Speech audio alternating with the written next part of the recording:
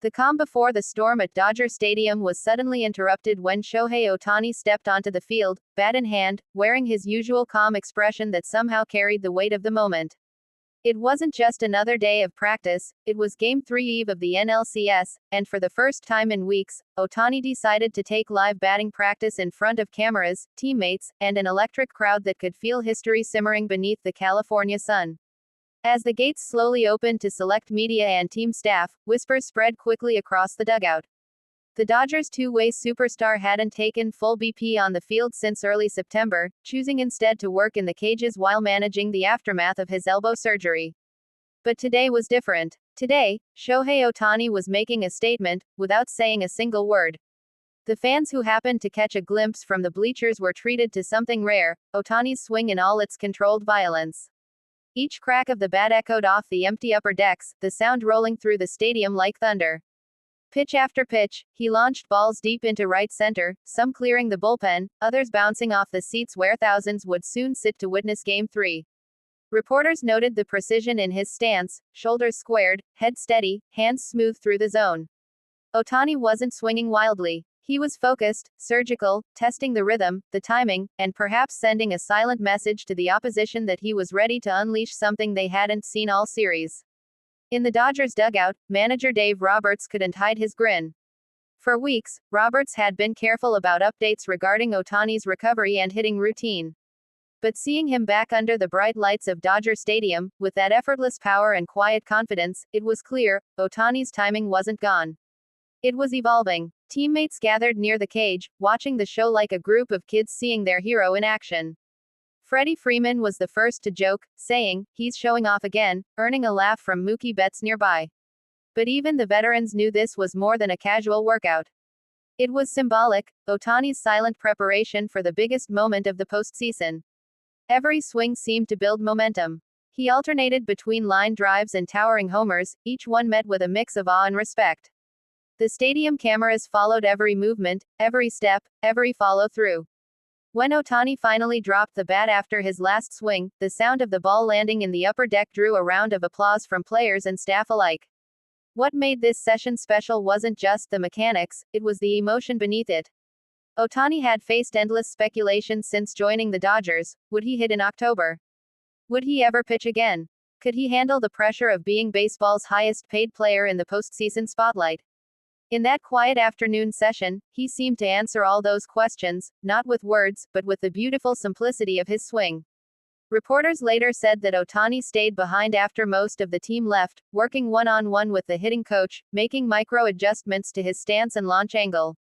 The dedication, even after hours, was exactly what teammates said defined him. "He doesn't need to be told what to do," said Betts. "He knows what it takes to be great. You can see it in the way he trains." The rare open batting practice wasn't originally scheduled. It was Ohtani's idea. He had felt something different after Game 2, a mix of anticipation and urgency. The Dodgers' offense had been quiet in the early innings, and while they managed a win, Ohtani knew there was more to give. "Sometimes," he told the interpreter quietly, "you just need to feel the stadium again." And that's exactly what he did. Standing in the box, with the breeze coming off the outfield seats, Ohtani closed his eyes between swings, taking deep breaths. To outsiders, it looked like routine focus. To those who know him, it was ritual, a way of syncing his body and mind before the pressure of Game 3. Dodger fans watching online later flooded social media with clips of his session. "Ohtani's swing sounds like a gunshot," one fan tweeted. "He's about to go nuclear tomorrow." Others compared it to a movie scene, where the hero prepares in silence before the final battle. The energy was contagious. Ohtani had managed to turn a simple workout into an event. For the coaching staff, the timing couldn't have been better. The Dodgers were heading into Game 3 tied in intensity but needing a spark. The sight of their star player locked in, pushing himself harder than ever, seemed to ignite everyone around him. Pitchers stopped their routines to watch. Infielders leaned on their gloves and nodded. You could feel it, Ohtani had set the tone. Every great postseason story has a turning point, a moment where confidence shifts, where belief becomes tangible. For the Dodgers, this was it. Shohei Ohtani, the man whose every move is analyzed, had just delivered one without any press conference or highlight reel. Just pure, old-fashioned work. It's easy to forget how rare this was. Most players take on-field BP every series. Ohtani. He saves his energy, choosing quality over quantity. But when he steps out for a public session, it's deliberate. A sign that he's found his rhythm, that his timing is syncing with the pulse of October baseball. By the time he left the field, the sun was setting behind the scoreboard, casting long shadows across the diamond.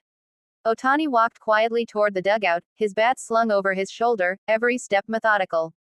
Reporters shouted questions, but he didn't answer. He smiled, nodded, and disappeared into the tunnel. The silence he left behind spoke louder than any interview. It was the silence of confidence. Inside the locker room, teammates joked about the BP display, but the undertone was clear: Ohtani was ready to explode offensively. One coach mentioned that his swing speed had actually increased compared to regular season metrics. "That's the scary part," he said. "He's stronger now." The excitement bled into the clubhouse atmosphere. Music played louder, laughter came easier, and even veterans like Freeman and Betts seemed lighter. Ohtani's presence had that effect. It turned anxiety into energy. By evening, footage of the session had already gone viral worldwide. Japanese media outlets aired slow-motion clips, analyzing every swing angle, every ball trajectory, while American analysts debated whether this meant Ohtani was preparing to hit cleanup in Game 3. The buzz was electric, transcending languages and continents. Fans from Tokyo to Los Angeles were united in one feeling: anticipation. They weren't just waiting for a game, they were waiting for his moment. The next morning, as players arrived at the stadium, reporters said Ohtani was already there, hours before anyone else. He sat alone in the batting cage, headphones in, going through his pregame rhythm. The man's focus bordered on spiritual. Every move, every swing, was part of a plan. When you talk about greatness, it's not just about talent. It's about the relentless pursuit of perfection. And Shohei Ohtani embodies that.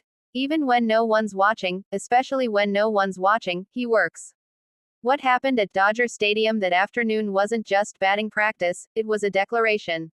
A preview of what's coming. A reminder that legends don't need to talk, they let the game speak. And as the Dodgers prepared to face their toughest challenge yet in Game 3, one thing was certain: Ohtani wasn't done surprising the world. He had simply been waiting for the right moment to remind everyone who he really is, baseball's most captivating force, standing quietly beneath the blue California sky, ready to change the game once again.